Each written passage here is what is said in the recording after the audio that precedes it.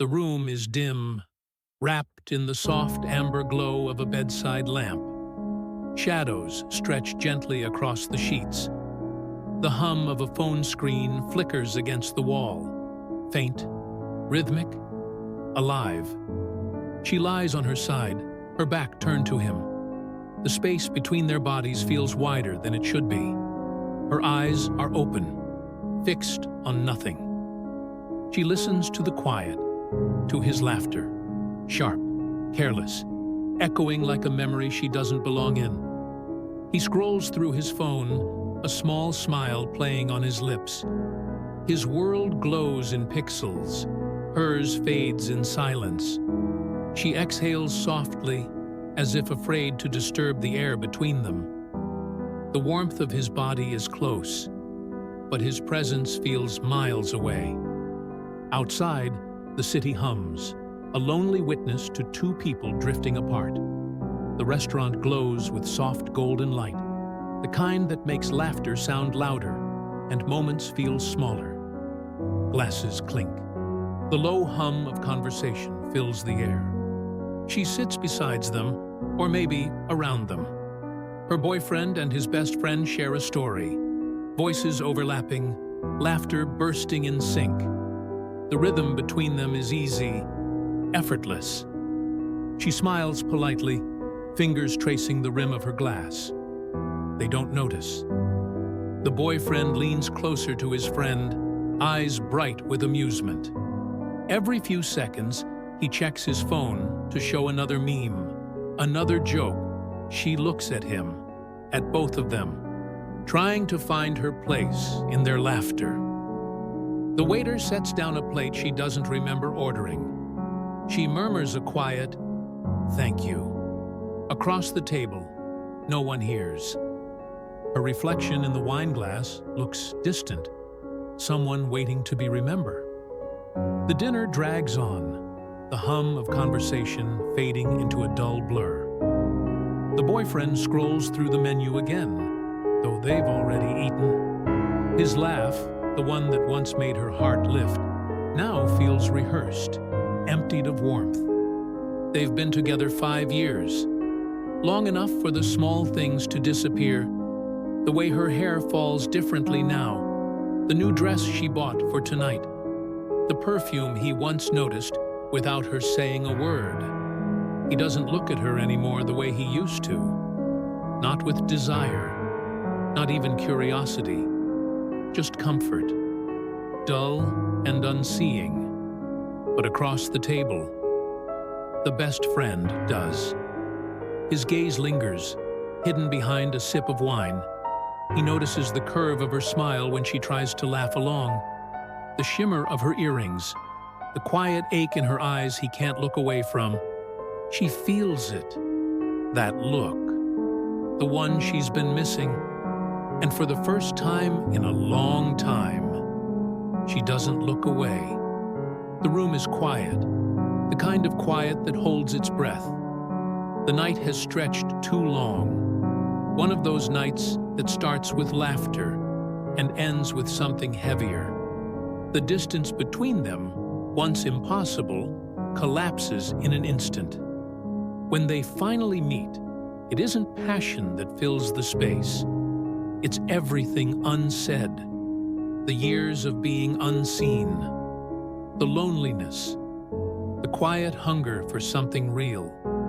Outside, the world keeps moving. Morning light seeps through the curtains, pale, hesitant, exposing what the night tried to hide. She sits at the edge of the bed, her hands trembling against the sheets. The silence feels louder than any sound. Shame sits heavy on her chest, tangled with something she can't quite name. Need, regret, maybe both. It wasn't what she wanted. It was what she needed to feel for a moment.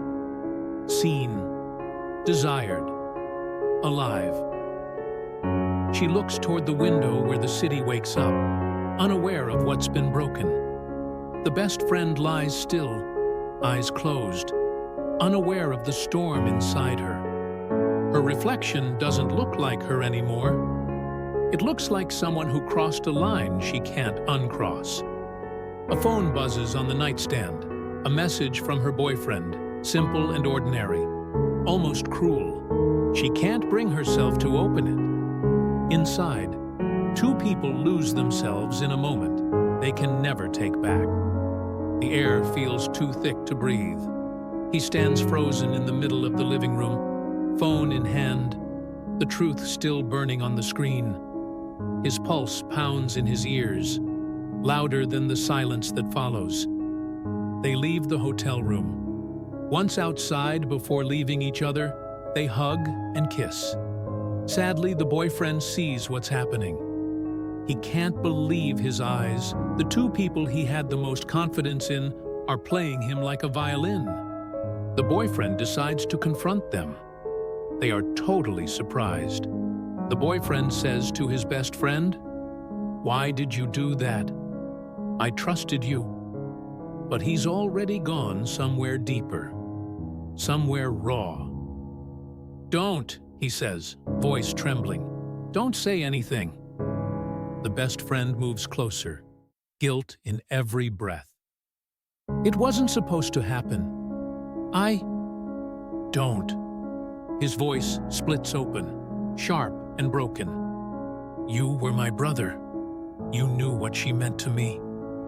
Anger, disbelief, heartbreak, they spill out of him, tangled and painful.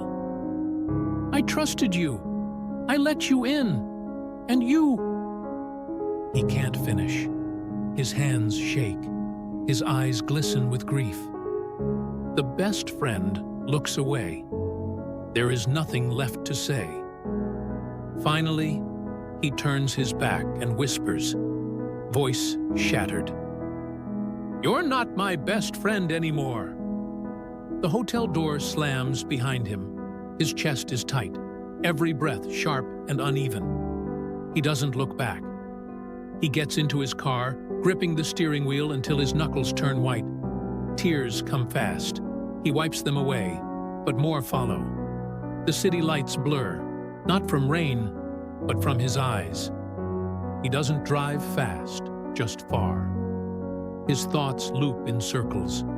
Her face, their laughter, the betrayal replaying again and again. He feels mocked by the world, by love, by friendship, by the cruel way people change. When he finally pulls into his father's driveway, he sits in the parked car, engine running. His reflection in the rearview mirror looks unfamiliar. Older, broken, awake. He steps out, eyes red, and walks toward the house. For the first time in years, he doesn't know who he is without them. The door slams. The echo lingers longer than either of them. The house is quiet. The air smells of coffee and old wood. His father looks up, concern rising instantly. He tries to speak but can't sit, can't breathe. The words fall out of him, broken, trembling. The betrayal, the best friend, the hollow ache. When it's over, silence settles around them. His father finally speaks, voice low and steady. "Son, sometimes love doesn't die. It just stops being seen." He leans forward. "Tell me, did you still look at her the way you used to? Did you notice when she changed her hair? Or wore something new? Did you still make her feel like she was the only one in the room?" The son lowers his gaze. "A woman needs 3 things to stay happy," his father continues. "To feel desired, to feel beautiful, and to feel seen. When you stopped looking at her that way, she started fading. When you gave more attention to your best friend than to her, she felt less important. I bet your best friend looked at her with desire, the way you once did." The son protests. "But I did give her attention." His father answers gently. "When, son? When you were on your phone? Or playing games with your friend?" Attention isn't time, it's thought. A note in her pocket that says, "I love you." A wildflower on the table. Her favorite pastry in the fridge, with a reminder that she matters. His father's voice softens further. "I won't tell you that you're right." The truth is, it was the lack of attention, the way you stopped seeing her, that made her drift away. You made a mistake. Now you must decide how to repair it. Tears fall again, but not from pain this time. The night is still. He stares at his phone before finally pressing call. She answers softly. "Hello? I need to talk to you," he says. "It's important." She agrees. At the condo, she opens the door. The silence is heavy, but full. He goes down on his knees. His hands shake as he takes hers. A single tear slides down his cheek. "I know why you cheated on me," he says. "It's my fault. I wasn't giving you attention. I was always on my phone. You must have felt so empty. I'm sorry I made you feel invisible. I wasn't looking at you the way I used to, like you were the most beautiful woman in the world." More tears fall. "You are important to me, more than I ever showed. I don't know if you love him more than me, but I still love you." For a moment, she just stares at him.